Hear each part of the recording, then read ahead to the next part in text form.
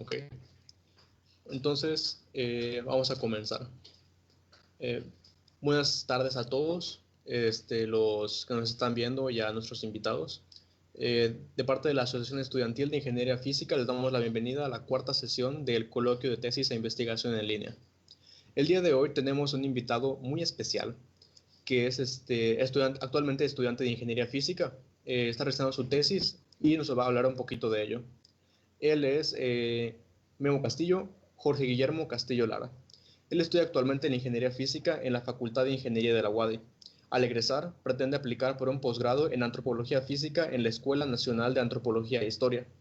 Su tesis está enfocada en el campo de biomimetismo aplicado en materiales, particularmente en la estructura jerárquica presente en la concha nácar. Se encuentra realizando dicha tesis en la Unidad de Materiales del Centro de Investigación Científica de Yucatán.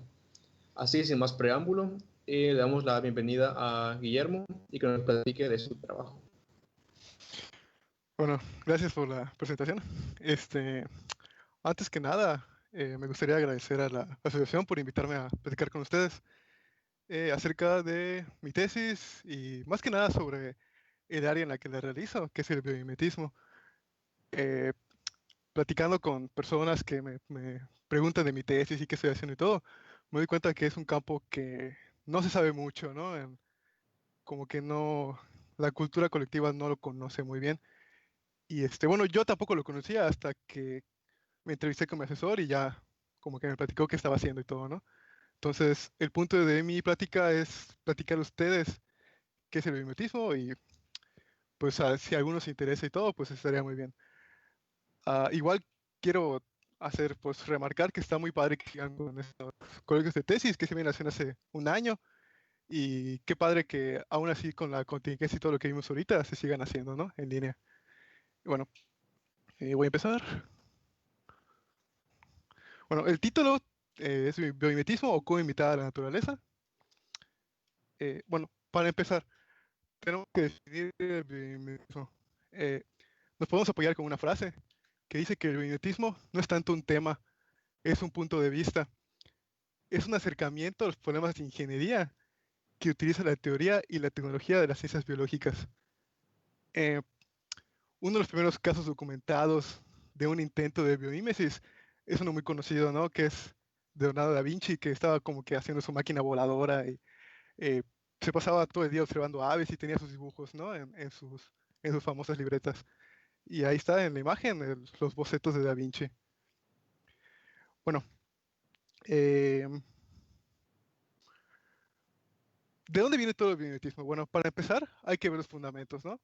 Este, una de las grandes, bueno, para empezar, sabemos que después de millones de años, las especies han evolucionado naturalmente, llevado a cabo pues por medio de la selección natural, ¿no?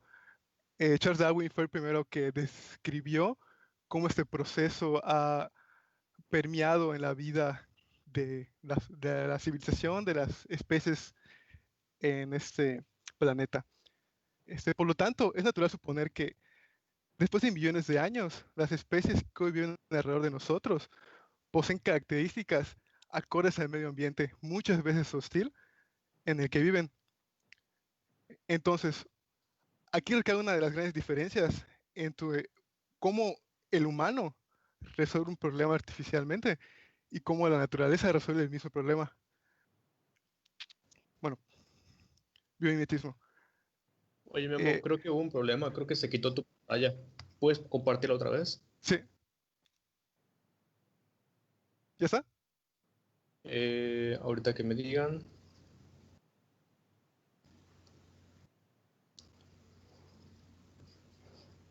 un segundito.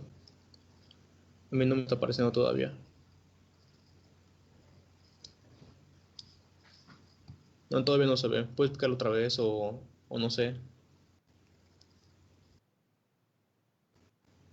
Mm, ¿Ya se ve? Sí, ya, Ok, ya. ok. ¿En qué nos quedamos? Biomimetismo.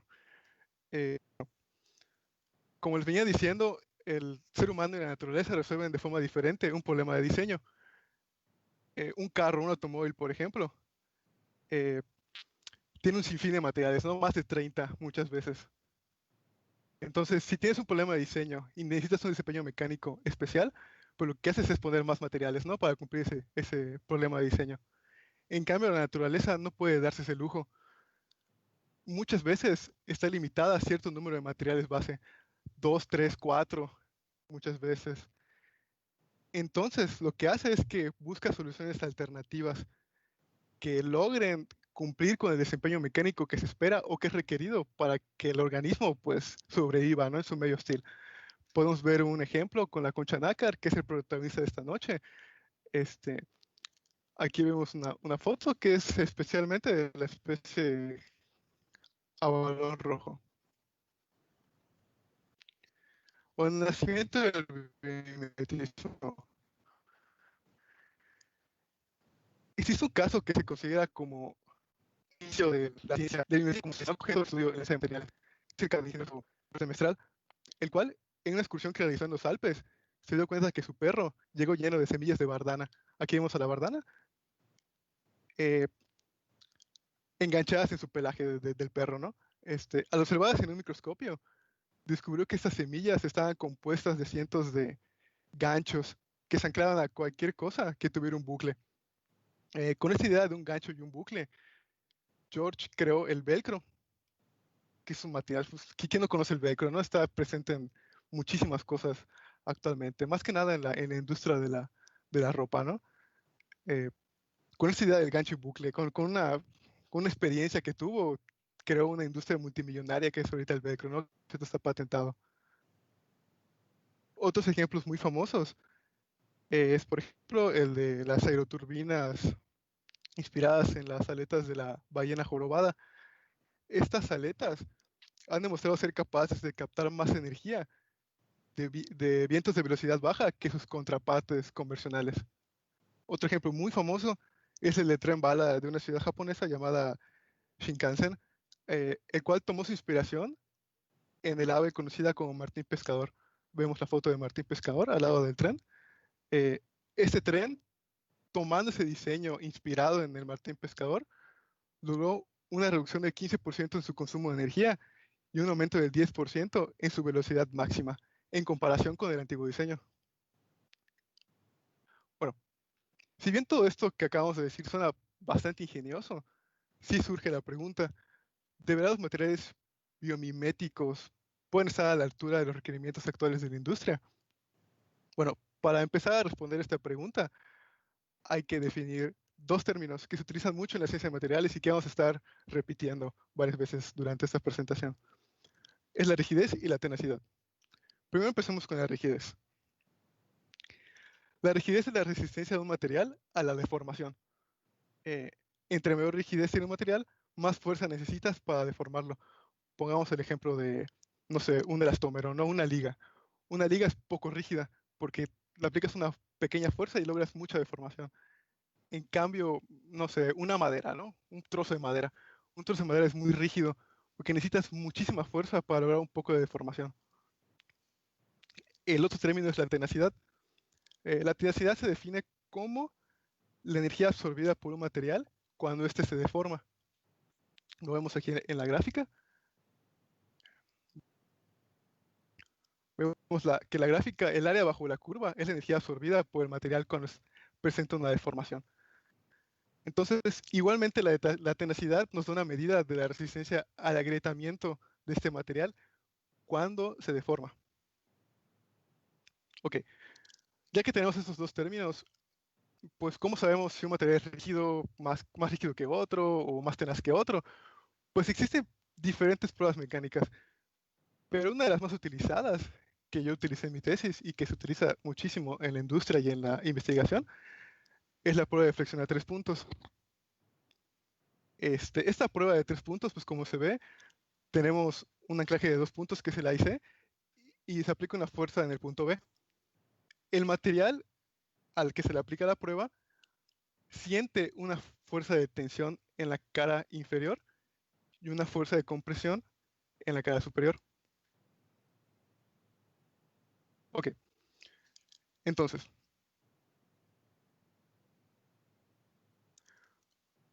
Tenemos tenacidad y rigidez. Pero como sabemos, hay materiales que son muy frágiles. Eso quiere decir que son poco rígidos o son poco tenaces, como los cerámicos, ¿no? Pero, eh,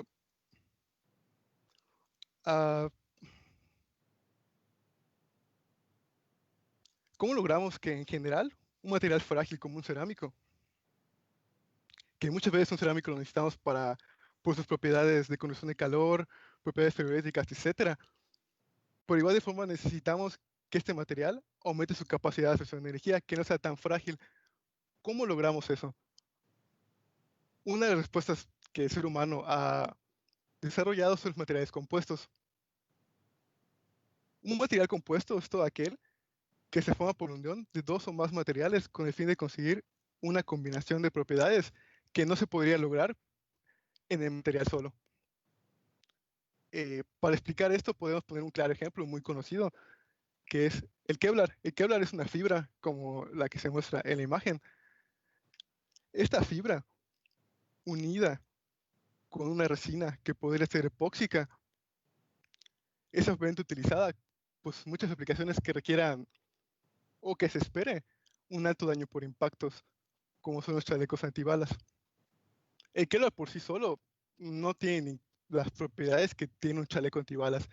Tienes que combinarlo, crear un material compuesto con la resina para lograr esa unión, esa sinergia entre dos propiedades que por sí solas el Kevlar no tiene.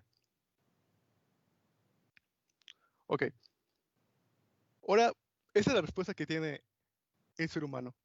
La naturaleza, ¿qué respuesta tiene? Pues no puede darse el lujo de combinar materiales y sacarlos así de la nada y 30, 40 materiales, ¿no? Como ya hablamos, la naturaleza tiene materiales base muy limitados. ¿Cómo lo logramos?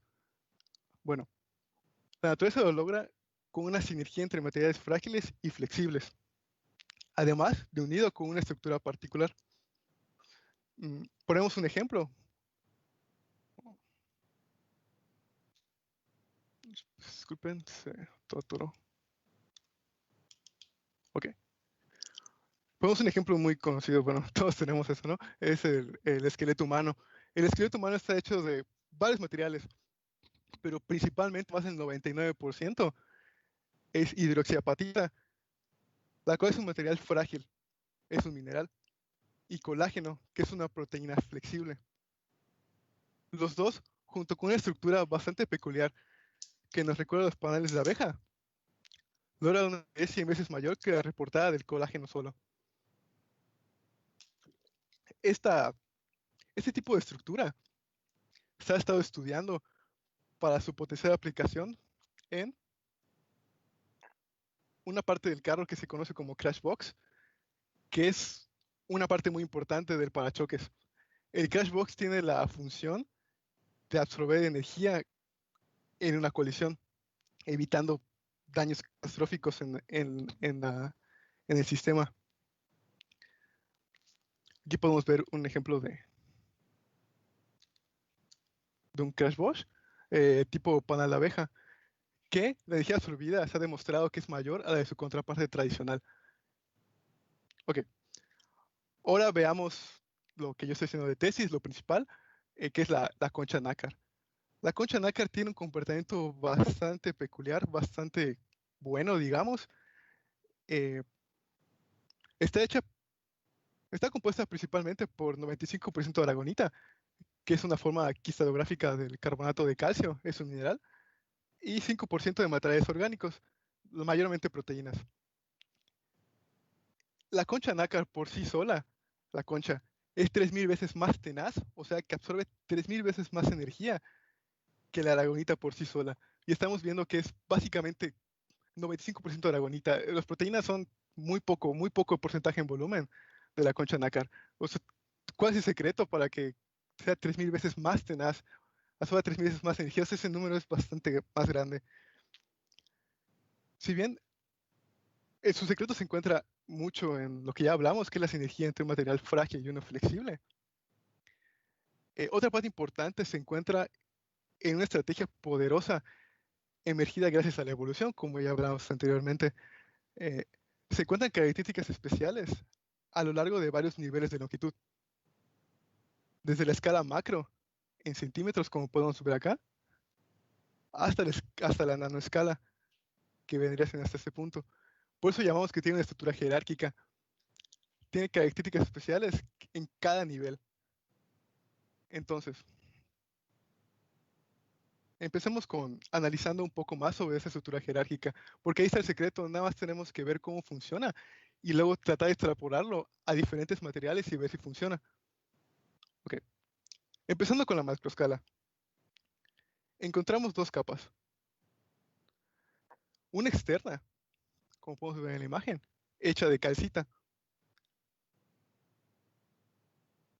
la cual es bastante, bueno, está hecha principalmente para impedir la penetración de proyectiles. Como podemos ver, es un mecanismo muy útil para la defensa en contra de depredadores. Igual tiene una capa interna, la cual soporta grandes deformaciones y disipa energía. Bajando a la microescala, vemos que la concha nácar está compuesta de capas con un grosor de 0.5 micrómetros. Como podemos ver en la imagen, son capas, diferentes capas. Cada capa está compuesta de un mosaico, imaginemos un piso de mosaicos, de tabletas poligonales de aragonita, que es el mineral que hablamos anteriormente, que es el 95% de la concha nácar. Cada tableta tiene un diámetro aproximado de 5 a 8 micrómetros. Bueno, entre estas tabletas se encuentra una interfase compuesta de conexiones minerales. La interfase estamos hablando de que tenemos dos tabletas y la unión entre ellas. La línea que hay entre la conexión entre las dos. Bueno, está compuesta de conexiones minerales, nanosperidades y un pegamento de materiales orgánicos. A esta disposición de la que hablamos, las capas y los mosaicos y las tabletas, se le conoce como el ladrillo y mortero, donde el ladrillo es la aragonita y el mortero o el pegamento, las proteínas. En particular, a lo largo de mi tesis, hemos estado estudiando ciertas características que se encuentran más que nada en la microescala. Bueno, para empezar, las tabletas que hablamos de aragonita no son planas, sino que presentan una cierta ondulación, además de que se encuentran organizadas de forma columnar a través de las capas, como podemos ver en la imagen. Están apiladas. Presentan cierto traslape, como vemos igual, o sea, el inicio de una tableta no coincide con el inicio de otra, sino que está como a la mitad o a un tercio. Este traslape es muy importante para una cierta característica, ya que es crucial a la hora de disipar energía, como vemos en la imagen, debido a que cuando se somete a la tensión, o sea, cuando se jala una estructura de tipo concha nácar, esos traslapes entre tabletas funcionan como puntos de anclaje, impidiendo que la estructura falle catastróficamente, como se espera en un material frágil. Lo que pasa cuando se somete a tensión es que la estructura no presenta, vamos a llamarle esfuerzos o fuerzas en un punto específico, localmente se llama, ¿no? Sino que estos puntos de anclaje sirven para que la estructura disipe la energía en toda la estructura y impide que falle catastróficamente debido a la disipación de energía. Okay. Este anclaje es debido a las ondulaciones que presentan las tabletas. Se ha visto en la literatura que las ondulaciones no son tan simples como se esperaría. Se han visto dos casos diferentes. Uno es el de interlock, donde el ángulo de la ondulación, como podemos ver acá, es menor. Aquí está. Y interlock, que eso quiere decir que al inicio de la tableta la ondulación es mayor a 0 grados. Eso puede parecer como que, no sé, no tan crucial, pero es muy, muy, muy crucial. Porque la organización tipo interlock, o sea, que tiene un grado menor de 0 grados, presenta un desempeño mecánico que le otorga a la estructura 55% más de rigidez y 176% más de tenacidad que su contraparte plana, o sea, que no tuviera ningún tipo de ondulación, que fuera una tableta plana, plana, plana. 176% más la absorción de energía el tener este tipo de ángulo. Ok, ya hablamos de las ondulaciones. Ahora vamos con otra característica muy importante que tiene la concha nácar. Si bien, como decimos, las tabletas son poligonales, no sé, imaginemos un hexágono, eh, no sé, cualquier polígono. Estos polígonos no son perfectos, sino que su disposición es bastante aleatoria. Entonces surge la pregunta, ¿cómo podríamos modelar esta característica de la aleatoriedad de las dimensiones de los polígonos? Bueno, existe un gran, bueno, lo que se ha estudiado principalmente para tratar de modelar y representar esta aleatoriedad es en base a los diagramas de Voronoi, que son construcciones geométricas que permiten particionar un plano euclídeo, como vemos acá, ¿no? En la imagen.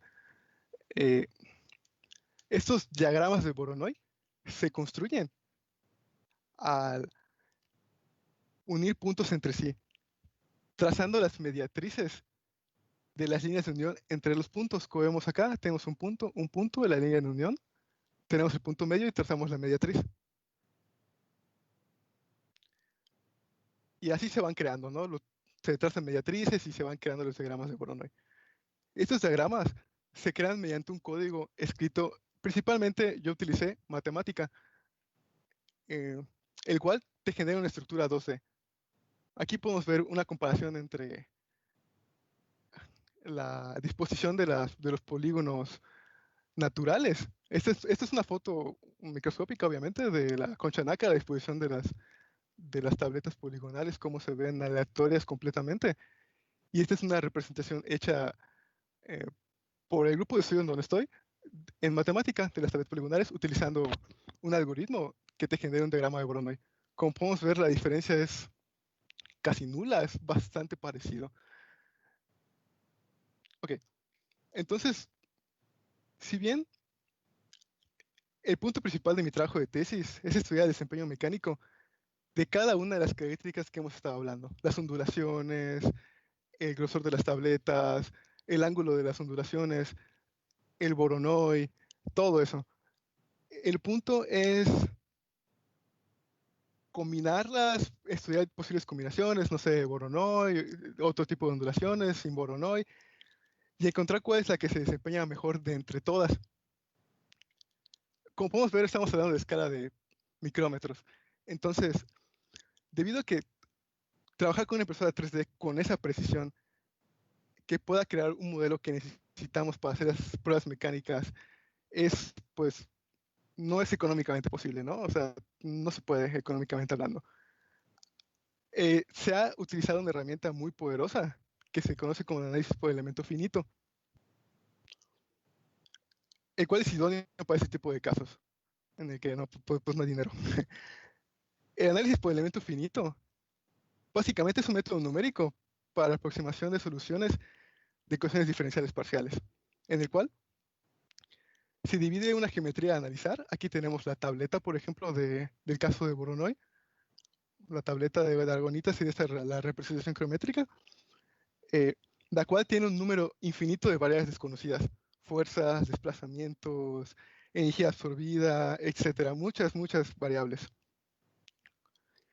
Esta geometría, la tableta, se discretiza en elementos pequeños, muy, muy, muy pequeños, el cual cada uno tiene un comportamiento bien definido,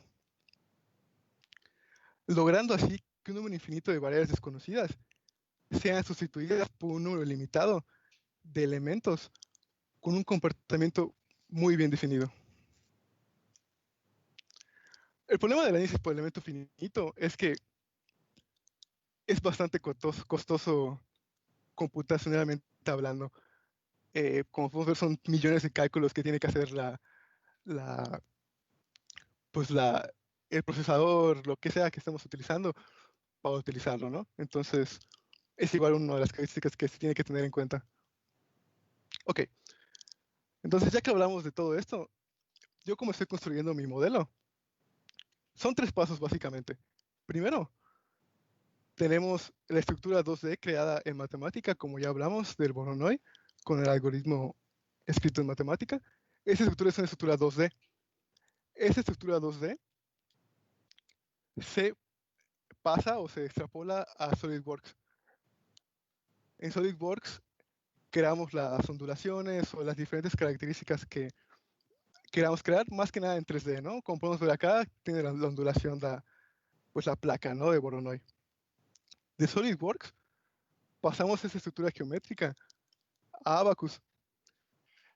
En Abaqus se realizan las pruebas que se quieran crear. Abaqus es un software comercial que utiliza elemento finito. Se pueden utilizar otros como ANSYS o cualquier otro, ¿no? Pero el que estamos utilizando ahorita en el CICI, en el grupo de estudio, es Abaqus. En el Abaqus se están realizando las pruebas. Yo, en lo particular, estoy realizando de 5 capas. De esta capa que tenemos, son 5. Otros compañeros del grupo de estudio han utilizado 3 capas, 2 capas y diferentes formas geométricas. Principalmente estoy haciendo flexión a 3 puntos, la prueba que les comenté.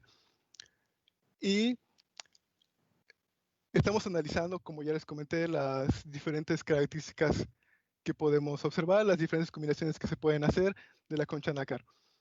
En el momento no tenemos resultados todavía para mostrar. Mi tesis la comencé hace unos meses, pero todo va bien.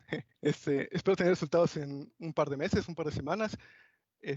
Y si me quieren invitar de nuevo para compartirlos con ustedes, para platicar un poco sobre qué características funcionan mejor de la concha nácar y qué posibles aplicaciones se podrían utilizar, con mucho gusto podría venir.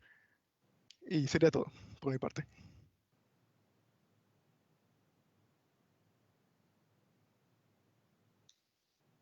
Ok, muchas gracias Memo por tu tiempo.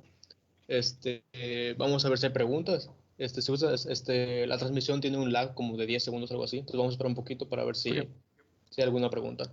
claro.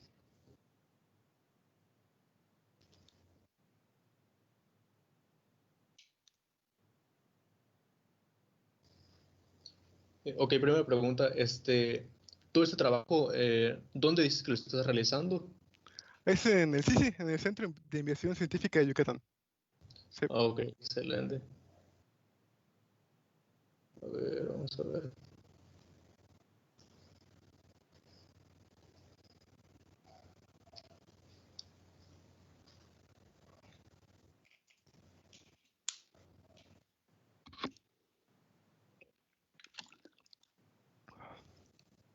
Ok, del trabajo que estás haciendo, ¿qué preguntas ves por el momento? ¿Qué aplicaciones ves por el momento por ejemplo, de las conclusiones a las que podrías llegar con tu trabajo?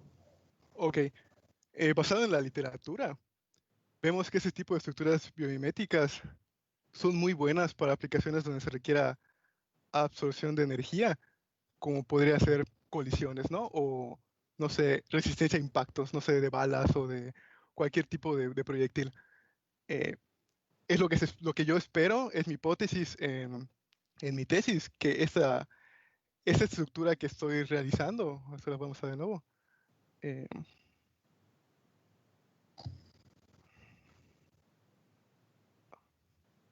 no, no,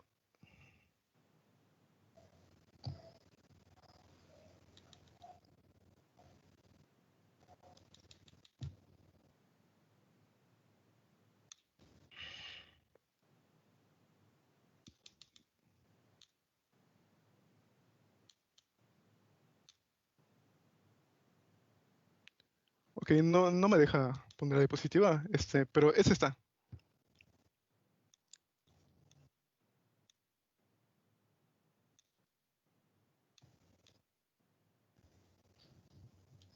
Está. Ajá, se espera que se puede utilizar para aplicaciones donde se requiera absorción de energía, ¿no?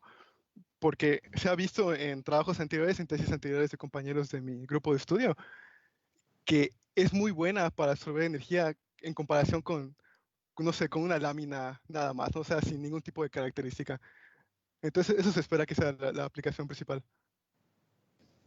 Ok, excelente. A ver, aquí hay otra pregunta.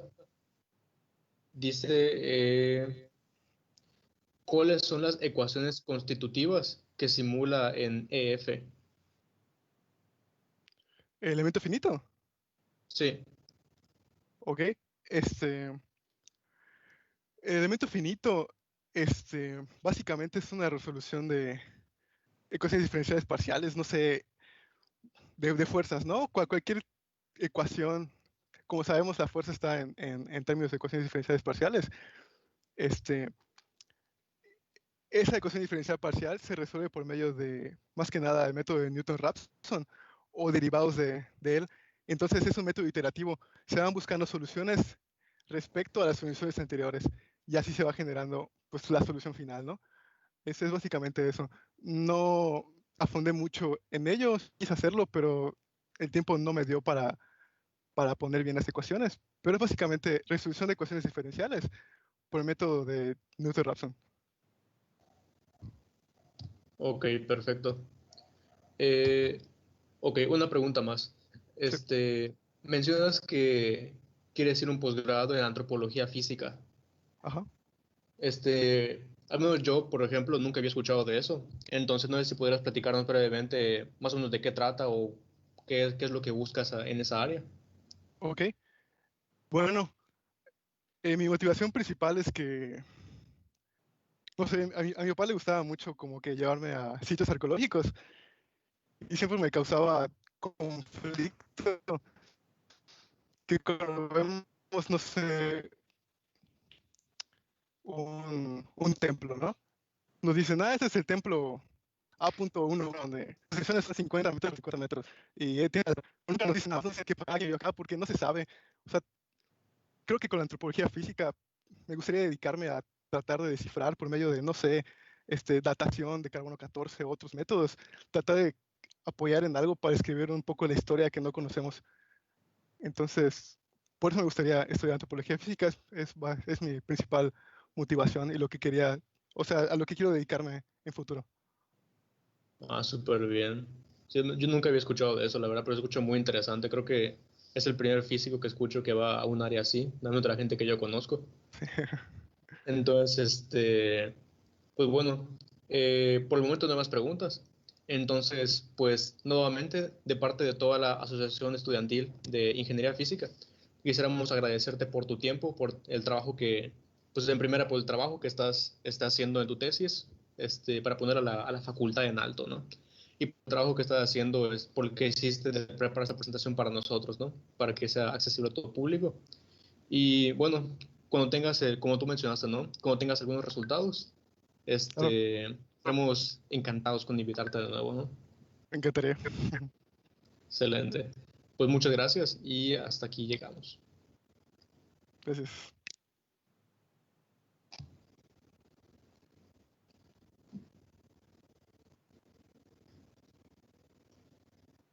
Y vamos a esperar a que salga Orozco nada más.